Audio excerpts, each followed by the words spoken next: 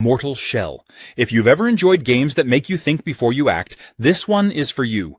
It's all about precision, timing, and strategy. Charging headfirst into a fight, not gonna work. You've got to study your enemies, figure out their patterns, and choose the right moment to strike. It's like a dance where every move counts, and when you nail it, it feels so rewarding. The combat system is where Mortal Shell really shines. It's deliberate and methodical, with a weightiness that makes every action feel significant. It's not about mashing buttons. It's about committing to your decisions, swinging your weapon, dodging, blocking. Each move feels impactful, and that's what makes the fights so intense. And then there's the hardening mechanic. This is such a cool feature that sets the game apart. At any moment, you can turn your character to stone to absorb a hit. It sounds simple, but in practice, it adds a whole new layer to the combat. Timing is everything. Do you harden mid-attack to catch your opponent off guard? Use it defensively to avoid a crushing blow? It's such a clever mechanic that keeps every battle dynamic and exciting. The progression system also deserves some love.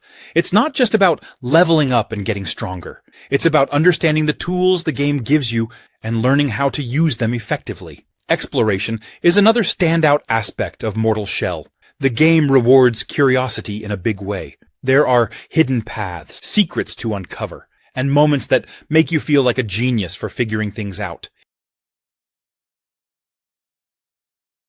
Bellwright, a game that throws you into a medieval sandbox and says, "Here's a world.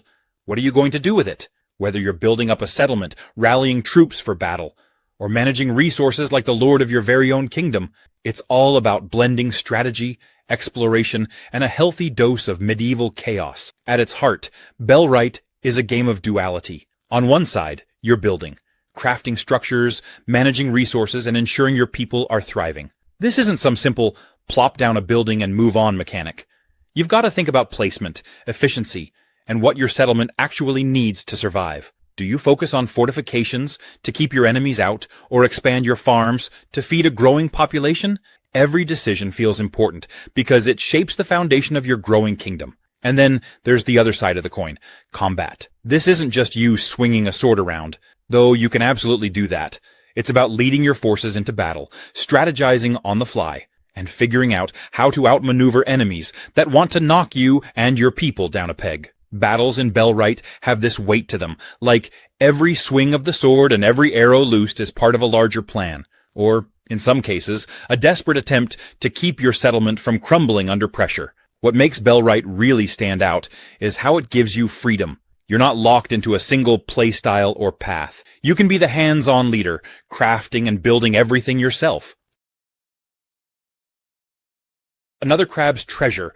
If you've ever wanted to experience the thrill of a Souls-like game, but also wished it involved a crab wielding trash as armor, well, you're in for a treat. You play as Krill, a crab who's on a mission to recover his stolen shell. Simple, right? Well, not quite. The underwater world is vast, vibrant, and packed with enemies and obstacles that will test your skills at every turn. Krill may be small, but he's scrappy, and that's what makes him such a lovable protagonist. Another crab's treasure takes the idea of Souls-like combat and makes it accessible without losing the tension and strategy that fans of the genre love. Every fight is a dance. You'll need to dodge, block, and time your attacks carefully to come out on top. But what makes the combat so unique is Krill's ability to pick up discarded junk and use it as makeshift armor. Found a tin can? That's your shell now. How about an old teacup? Yep, that works too. Each piece of armor comes with its own perks and drawbacks, so experimenting with different setups is half the fun. What's great about this system is how it ties into the game's larger theme.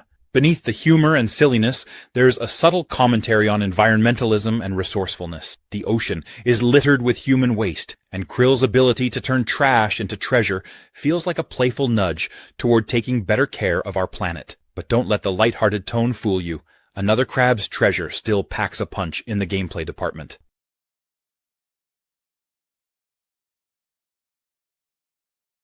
Starfield. This game doesn't just drop you into a new world, it throws you into an entire galaxy where you can explore countless planets, dive into intense space battles, and even get lost in the quieter moments of just gazing at the stars. One of my favorite things about Starfield is how it lets you be whoever you want to be. You're not just a space explorer, you're your space explorer. The customization here is wild, from your character's looks and skills to your ship's design and function. Want to be a sleek rogue, drifting through the stars in a nimble craft? Go for it. Or maybe you're more into bulky, powerhouse ships that can tank damage while you blast everything in sight. The choice is yours. And honestly, there's something just so satisfying about flying around in a ship that you designed yourself. You start to feel this real attachment to it, like it's an extension of you. And then there are the planets. There's this incredible variety in the worlds you can explore, and each one feels unique. Some are lush and full of life, others are barren and haunting. And each time you land somewhere new, there's this sense of wonder, like, what's out there? You're never quite sure what you're going to find. Strange alien species, hidden outposts, abandoned facilities. It's like every planet is its own little mystery waiting for you to uncover. And the environments are just gorgeous. Bethesda really went all in on the visuals here, so every landscape feels like it's out of a sci-fi novel. Of course, it wouldn't be a Bethesda game without tons of side quests and stories to get lost in. Visage. Imagine being trapped in this old, sprawling house. It's not haunted in the traditional sense. It's something much worse. This place feels alive, like it's been soaking in decades of tragedy and despair, and it's decided that you're its next target. You're not running from a monster or battling demons here. Instead, you're dealing with the house itself. And trust me, it's got a lot of issues. The house isn't just a setting. It's a character, and it's got layers. Every creak, every flickering light, every shadow in the corner feels deliberate, like the house is playing mind games with you. It's unpredictable, and that unpredictability is where the real tension comes from. The game is all about exploration. You're moving through the house, room by room, piecing together clues, and figuring out how to survive its relentless psychological attacks. There are no weapons here, no big guns to save you. You're armed with nothing but your wits and a fragile sanity meter that's constantly working against you. And let me tell you, the sanity system in Visage is genius. It's not just a bar on your HUD, it's a living, breathing part of the experience. Stay in the dark for too long, your sanity starts to slip. Hear something unsettling in the distance, it slips even more. And when it gets too low, the house, well, let's just say it reacts. The way the game ties your mental state to the horrors around you is seamless and absolutely terrifying. What's cool about Visage is how it forces you to be hyper-aware of everything. Deliver Us Mars. It's a sci-fi adventure that revolves around exploration, problem-solving, and survival. But it's not just about landing on Mars and wandering around. It has this knack for making you feel like you're actually there, handling the challenges of space exploration firsthand. You'll find yourself climbing massive structures, working through intricate puzzles, and managing your resources in ways that feel rewarding. Every obstacle isn't just a hurdle. It's a step in a larger mission that feels bigger than yourself. One of the most standout features here is the sense of immersion. The game does an incredible job of making you feel the weight of its setting. Mars is not a forgiving place, and you'll quickly realize that. The environment itself becomes a key player in your journey, and every step forward feels like a small triumph. Whether it's figuring out how to tackle a tricky climb or navigating through the planet's more hostile regions, the game keeps you on your toes. What makes this game so compelling is the way it balances its quiet, reflective moments with its intense challenges. It's not all action all the time. Some sections have this almost meditative quality where you're soaking in the scale of the mission and the enormity of the world around you. And just when you're feeling comfortable, the game ramps up the stakes, reminding you that this isn't just an ordinary day at the office. The puzzles in Deliver Us Mars are another highlight. They're not the kind of puzzles that leave you scratching your head for hours. They're the kind that make you stop, think, and appreciate the ingenuity behind them. Steep. It's a pure adrenaline wrapped in snow and freedom. Whether you're carving down a pristine slope, launching off cliffs in a wingsuit, or pulling off impossible tricks on your snowboard, every moment is designed to make you feel like a legend. This isn't the kind of game that holds your hand or gives you a checklist of objectives to grind through. Steep thrives on letting you carve your own path.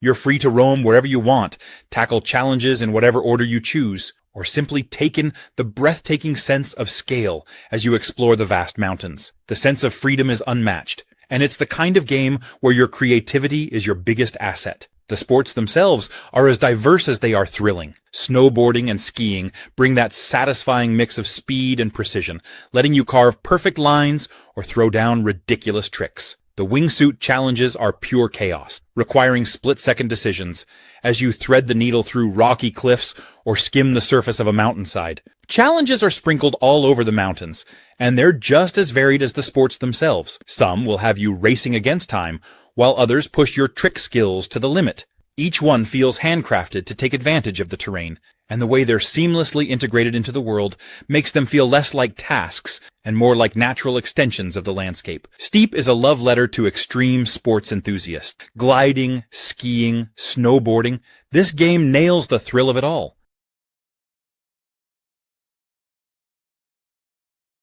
The Outer Worlds. While it didn't win Game of the Year in 2019, it absolutely deserved to be in the conversation. This was Obsidian showing everyone they still had that RPG magic, delivering a game with tight writing, a quirky sense of humor, and a whole galaxy's worth of exploration and moral dilemmas. It was a breath of fresh air in a genre dominated by massive open-world RPGs, proving that sometimes less is more when it's done right. The world building was top-notch. Set in a retro-futuristic galaxy ruled by megacorporations, the game gave you a ton of freedom to explore different planets, each with its own distinct vibe and politics. The whole corporation's run everything setting was dripping with satire, and it really hit home, especially with the dialogue options. You could choose to be a hero, a corporate shill, or just a chaotic wildcard, and the game would react accordingly. Every decision felt meaningful, and there were so many different ways to play through the story. The writing was easily one of the game's strongest points, whether it was the witty banter with your companions or the moral dilemmas you faced with every mission. The dialogue was smart and sharp. The characters, like Parvati, who became an instant fan favorite, were charming and well written. They added a lot of heart to the otherwise cynical tone of the game, and their personal side quest gave the game an emotional core. One controversy was that, despite its great writing and humor, the game's combat wasn't exactly its strongest feature. Deliver Us the Moon. It's a narrative-driven sci-fi thriller that's all about saving humanity. The Earth is in trouble, resources are gone, and humanity is on the brink. So naturally, what do? We look to the stars, and in this case, the moon. You're tasked with uncovering the mystery of a lunar base that's gone dark and figuring out what happened to a mission that was supposed to save the planet. Sounds simple, right? But let me tell you, it's anything but. You'll be fixing systems, figuring out how to progress through different areas, and piecing together what happened. It's more about problem solving than combat, and honestly, that's refreshing. Not every game needs to have an explosion every 5 minutes to keep you hooked. One thing I love is how interactive everything feels. You're not just running through corridors or pressing buttons at random. You're actually operating machinery, aligning satellites, and repairing systems in ways that feel grounded and realistic. It's immersive, and it keeps you engaged from start to finish. The game also does an amazing job of making you feel the stakes. Sure, it's set in space, but the issues it tackles, climate change, resource depletion, and humanity's survival, feel incredibly relevant. It's not just a game about saving the moon or even saving humanity. It's about making you think about how we got to this point and what we can do to prevent it. Another great thing? It's not overly long. You can experience the entire journey in a handful of hours, which means it doesn't overstay its welcome. Ashen. Instead of hyper-realistic graphics, Ashen goes for a minimalist art style, with soft, muted tones and faceless characters. And guess what? It works perfectly. At its core, Ashen is an action RPG, with a heavy focus on exploration and combat. The combat feels deliberate. You can't just run in swinging wildly. You'll need to time your attacks, manage your stamina, and learn your enemies' patterns. It's challenging, but fair. And every victory feels like a genuine accomplishment. The enemies are varied, and can be pretty intimidating, so staying alert is key. The exploration is where Ashen really shines. The world is vast and interconnected, filled with secrets to uncover and places to discover. It has that "I wonder what's over there" feeling, and the game rewards your curiosity. You'll stumble across hidden paths, find helpful items, and meet fascinating characters. It's the kind of world that invites you to get lost in it, in the best way possible. Speaking of characters, the NPCs in Ashen aren't just background dressing. They're an integral part of your journey. As you progress, you'll recruit allies who will help you rebuild a settlement that serves as your hub. It's incredibly satisfying to see your home grow and thrive as you complete quests and build relationships with these characters. They have their own stories, and while the game doesn't hit you over the head with exposition, it gives you just enough to feel connected to them. One of the most impressive things about Ashen is how well it balances difficulty with accessibility. Abzu. It's not like your typical game with enemies and objectives. You're just kind of existing, exploring. It's such a calming experience, you know? Well, the whole game is about diving into this beautiful underwater world, and I can't even explain how peaceful it feels. I remember the first time I booted it up. I was expecting something more traditional, but then you're just dropped into the water, and it's like, wow, the ocean in this game is seriously gorgeous. The art style, the colors, everything just pulls you in. You start swimming, and you can't help but just relax and enjoy the ride. It's almost like meditating. What really hit me was how connected I felt to the ocean. I know that sounds weird, but hear me out. As you explore, you interact with all kinds of marine life, from little fish to massive creatures. And it's not just about observing them. It feels like you're part of this underwater ecosystem. There's this sense of wonder and discovery that's hard to find in other games. I feel like the game is also about letting go of the need to constantly do something, you know? There's no rush, no time limit. It's just you, the ocean, and the journey. And honestly, that was refreshing. I usually play more intense games, but this game gave me this sense of calm that I didn't know I needed. There are moments where you'll be swimming, and something breathtaking happens. I don't want to spoil anything, but there are a few sequences that made me stop and say, wow. Like, it's one of those games where you'll pause just to take in the scenery. It's that beautiful. Terminator Resistance. This game throws you into the gritty, post-apocalyptic world where humanity is fighting for survival against relentless machines. The vibe is intense, and the action keeps you constantly on edge. Combat is tactical and satisfying. You need to use cover, plan your moves, and pick the right weapons for each situation to stay alive. It's not just about shooting fast. It's about thinking smart and adapting on the fly. Exploration feels meaningful here. The environments are detailed and atmospheric, with plenty of spots to scavenge for resources or find hidden secrets. You're encouraged to explore carefully, because every bit of gear or intel can give you an edge against the machines hunting you. The world feels hostile but real, making every step forward a small victory. Character progression is solid, with a system that lets you upgrade skills and weapons to fit your playstyle. Whether you want to be stealthy and precise or go in guns blazing, the upgrades let you customize your approach. This flexibility keeps combat fresh and rewarding. The story dives into the Resistance's desperate fight against the machines, filled with tough choices and moments that really make you think. It's grounded in the Terminator universe, but manages to bring its own spin to the struggle, keeping things interesting without getting lost in complicated lore. Backrooms escape together. The game is all about survival in an endless maze of interconnected liminal spaces. It's not just about running around aimlessly trying to escape. You need to rely on sharp thinking, observation, and cooperation to make it out. Each area feels alive in its own haunting way, with layouts that twist, loop, and stretch into bizarre infinity. There's a constant sense that something is watching, something you can't quite place, and that tension keeps you on edge throughout. This isn't the kind of multiplayer game where you and your friends just goof off and laugh. It demands focus and communication because the stakes feel high every second you're playing. The moment someone ventures too far or makes a bad call, it snowballs into an unforgettable experience. The developers really nailed the group dynamic.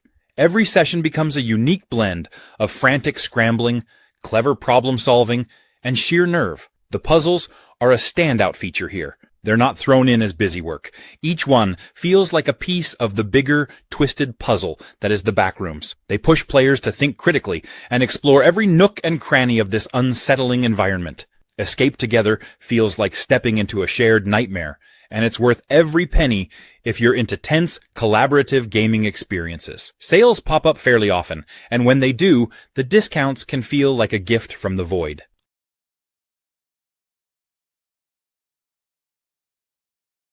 Orcs Must Die 3. This game is all about creatively defending your territory against wave after wave of orcs in the most chaotic and satisfying ways imaginable.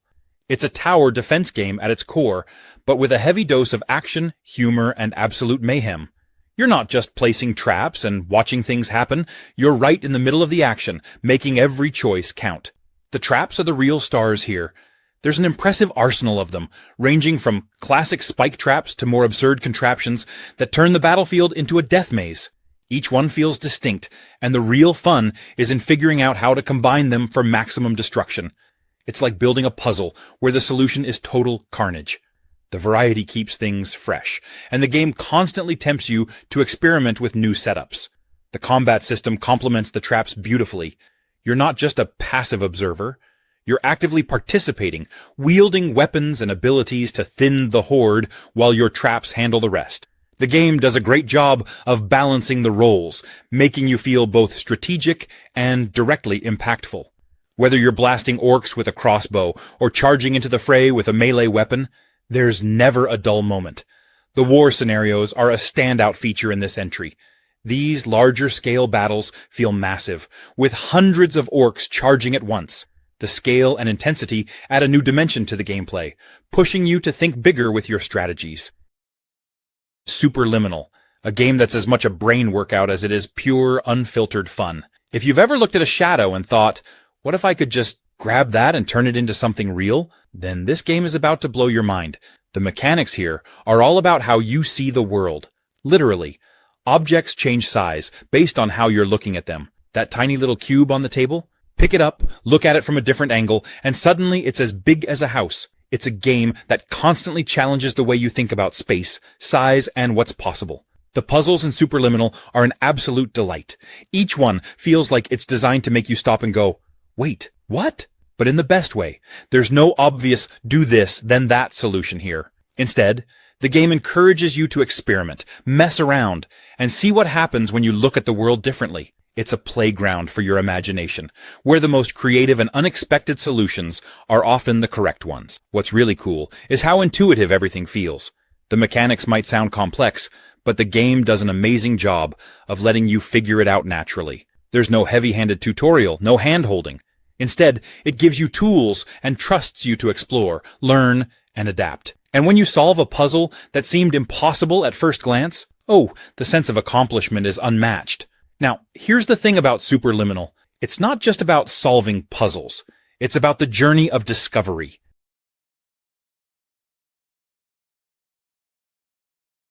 Ad infinitum. It's a psychological horror game that takes you to some pretty dark places, but in a way that's absolutely fascinating. What's unique about Ad infinitum is that it doesn't just rely on jump scares or cheap thrills. This game builds tension in a slow burn way that feels like it's crawling under your skin. Every corner you turn, every door you open, there's this constant feeling that something is lurking. The game really makes you feel like you're not alone, like the walls themselves are watching you. It's a level of immersion that's honestly hard to pull off, but Ad infinitum nails it. Set against the backdrop of World War I, the game dives into some pretty intense themes, and it does so with a lot of respect and depth. It's not just about spooky monsters or things that go bump in the night. It's about the horrors of war and the toll it takes on the mind. The protagonist, a soldier haunted by his past, has these surreal and nightmarish visions, and you're right there with him, trying to make sense of what's real and what's not. And let me tell you, there's something deeply unsettling about a horror game that's rooted in real historical trauma. It makes the fear feel so much more personal. Just when you think you've got a handle on what's going on, the game throws you a curveball. You'll be exploring, thinking you're safe, and suddenly you're face to face with something that makes your heart skip a beat. It's not predictable, and that unpredictability keeps you glued to the screen. Kristalla, you're stepping into the paws of a badass anthropomorphic cat who's about to embark on a dangerous and magical journey. From the moment you start, you get to choose your own clan, each with its own unique attributes and abilities. It's not just a cosmetic choice. It actually impacts your gameplay. Whether you're going for a brute force melee build, a precise ranged approach, or leaning into magic, the game makes sure your playstyle feels personal and tailored. The customization here isn't overwhelming, but gives you enough freedom to feel like you're crafting a character that's entirely your own. Combat in Kristalla is where the game really shines. It's got that familiar, deliberate style where timing, positioning, and strategy are key. But what sets it apart is the way it blends agility with raw power. You're not just charging into battle. You're weaving in and out of enemy attacks, chaining combos, and using your environment to gain the upper hand. And don't get me started on the magic system. It's not just there as a backup option. It's woven into the gameplay in a way that feels essential and rewarding. What's really cool about Crystalla is how much it rewards exploration. This isn't the kind of game where you stick to the beaten path and call it a day. You're going to want to poke around every corner, investigate every ruin, and dive headfirst into the unknown. There's this constant feeling that something incredible is just waiting to be discovered, whether it's a new ability, a hidden challenge, or just some fascinating bit of lore that deepens your connection to the world. Escape the Backrooms, a game that takes the internet's infamous urban legend and turns it into an unnervingly immersive survival experience. If you've ever heard about the Backrooms, those endless, yellow-tinted, eerily familiar yet disturbingly off-putting liminal spaces, then you already know this game is not messing around. At its core, Escape the Backrooms isn't just about wandering aimlessly through a strange environment. It's about working together, staying alert, and figuring out how to escape the madness. Every level is like its own twisted puzzle box, with new mechanics and challenges that force you to adapt and think on your feet. This isn't a game that holds your hand either. You're thrown in and expected to figure out the rules as you go. And trust me, the rules, they aren't always in your favor. What makes this game so unique is its unpredictability. Just when you think you've got the hang of it, the Backrooms throw something completely unexpected your way. One minute, you're carefully creeping through a corridor, and the next, you're scrambling to avoid something you'd really rather not get a closer look at. The tension is constant, but it's also what makes the game so thrilling. The cooperative aspect is a huge highlight here. If you play with friends, Escape the Backrooms becomes a whole new beast. You'll be strategizing, shouting directions, and sometimes panicking together as you try to navigate the labyrinthine levels. What's particularly clever about this game is how it uses its environment to mess with your head. Usant, a game that's all about the climb, literally. This isn't your typical action-packed adventure or sprawling open-world game. Instead, Jusant takes you on a vertical journey, putting the focus squarely on the simple yet profound act of scaling a massive, mysterious tower. Sounds straightforward? Sure, but there's a certain magic in how this game turns something so seemingly simple into such an engaging experience. You control each movement, each grip, and each leap, which makes every ascent feel like a tiny victory. The way the mechanics work, it's almost like a puzzle, where you're constantly figuring out the best route, testing your limits, and adapting to the challenges the climb throws at you. What sets Usant apart is how immersive the climbing itself feels. You're not just scaling some generic wall. You're interacting with the environment, discovering little details, and feeling connected to the act of climbing in a way that's surprisingly meditative. It's about pacing yourself, finding your rhythm, and really soaking in the experience as you ascend higher and higher. And let's not forget about your little companion. You're not climbing alone. There's a quirky creature by your side who adds a touch of charm and personality to the whole journey. It's not just there for show either. This little buddy has a knack for helping you out in ways that feel intuitive and clever, adding an extra layer to the gameplay. Exploration is another key part of Usant.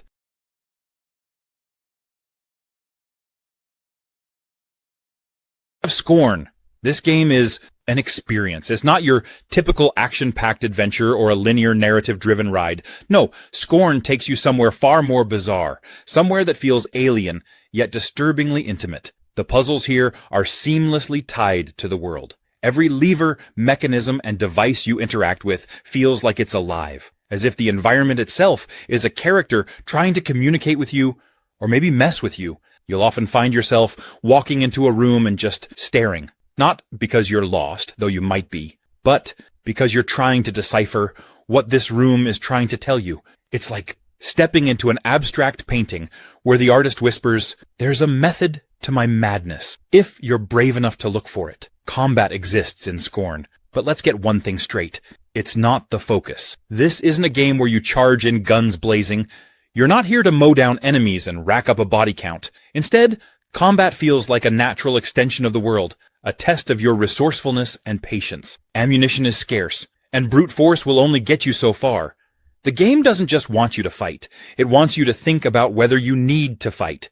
And that's where Scorn really stands out. It's not interested in holding your hand or spoon-feeding you answers.